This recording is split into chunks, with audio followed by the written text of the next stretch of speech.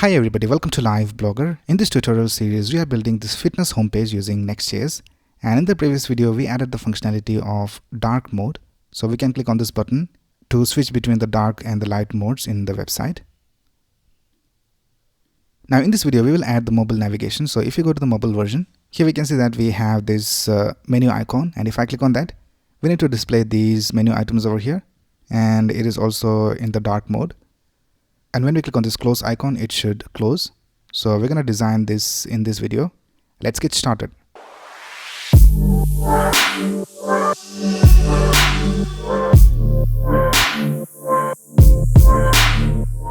Now before going ahead with our mobile navigation, we can see that we have this error over here. And if I click on this, it is some hydration failed error. So for that, what we need to do is we need to go to the ThemeToggle component.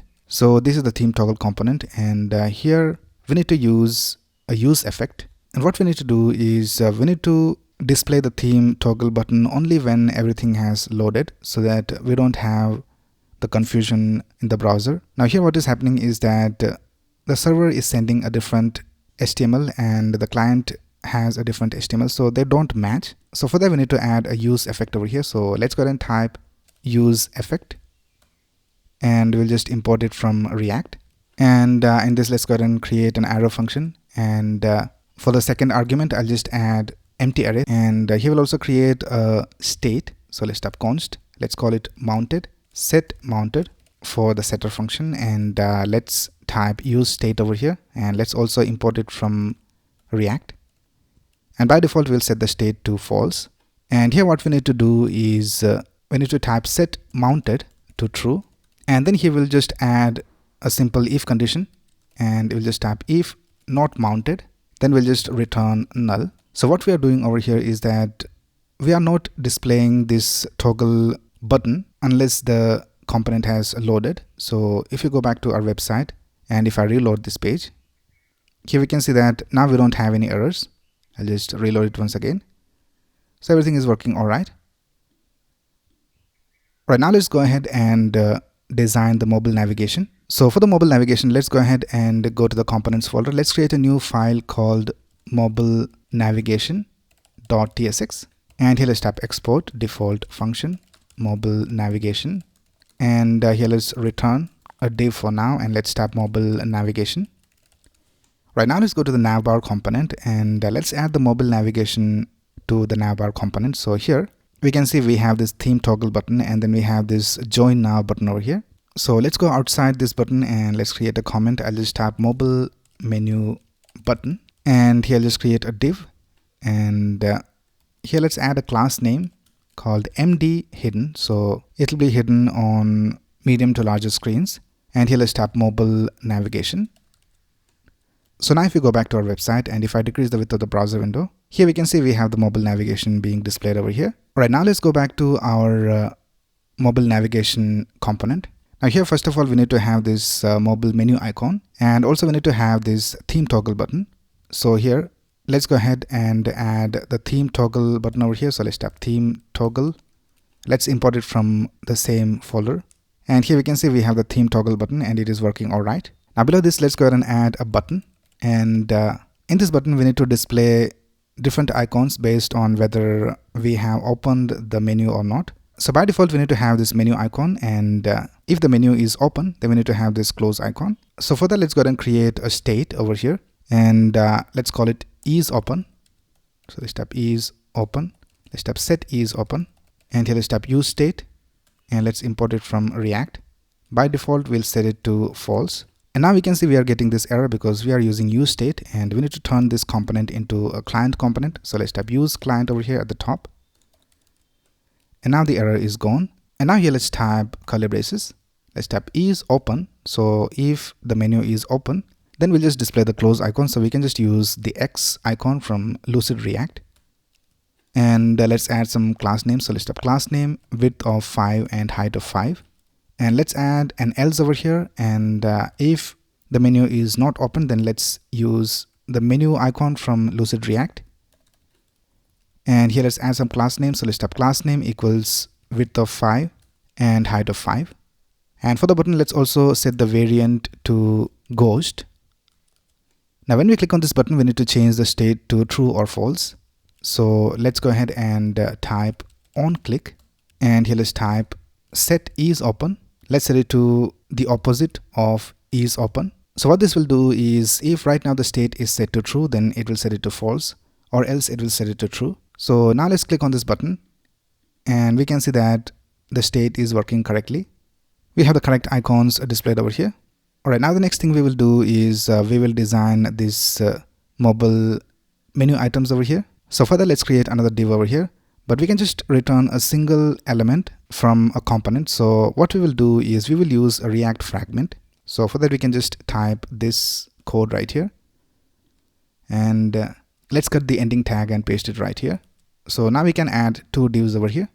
Now here we will display this div only if the state is set to is open. So let's type is open ampersand.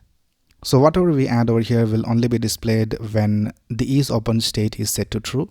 So let's type div, and let's type class name, and here we'll use curly braces and backticks so that we can add conditional classes. So let's type fixed for the position to be fixed at the top. Let's type inset 0 so that it fills up the whole screen.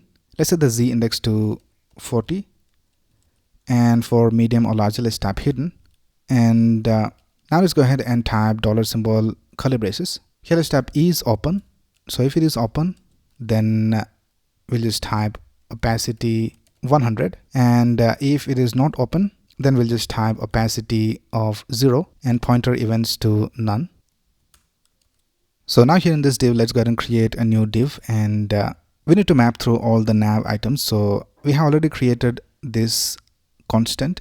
So here we can see we have this constant called nav items inside the constants.ts file. So let's use this. So let's type curly braces nav items, and let's import it from lib constants. Let's type dot map, and for each of the item I'll just call it item, and let's return a link. Let's import the link from next link, and for the link let's add a key, and let's set the key to item.name, and let's also set the href to item.href, and here let's type item.name. And now if we click on this menu icon, we can see that these menu items are displayed over here.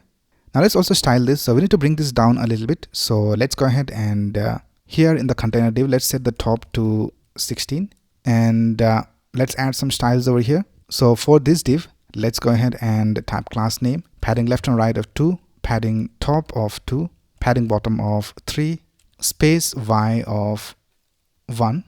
And for smaller screens, which is a smartphone, let's type padding left and right of 3, bg of background, and border t for the top border, and let's type border color to border.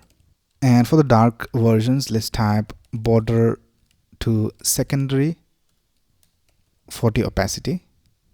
And now if we go back to our website, and if I click on this menu icon, we can see that the menu items are displayed over here. Now let's add some styling to this as well. So here for the link, let's add some classes. So let's type class name, let's type text color to foreground, and when you hover over this, we need to type text primary for the color, and let's set the display to block, padding left and right of 3, padding top and bottom of 2, font weight to medium, and this is how it looks. And in the end, let's also add the join nav button. So let's go outside here, and let's create a div. Let's type button, and here let's type join nav. Let's add some classes to the div. So let's type class name, padding left and right of 3, padding top and bottom of 2, and here we have the join nav button. So I think this looks all right. Or we can also make it full width. So let's type class name, width of full. So this is how it looks. Let's set the font to semi bold.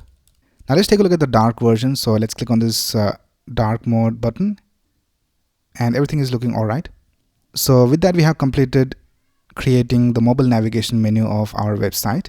Let's also add a little bit of shadow for this container division. So here let's type shadow MD. Let's remove the inset, and let's type left 0 and right 0. So now we can see we have the shadow displayed over here at the bottom. Let's see shadow of LG, and this is how it looks. So that's basically it for this video. If you have any doubts, you can ask in the comments below. And if you like this video, please click on the like button and subscribe to this channel to get the latest video updates. Thanks a lot for watching. Have a nice day.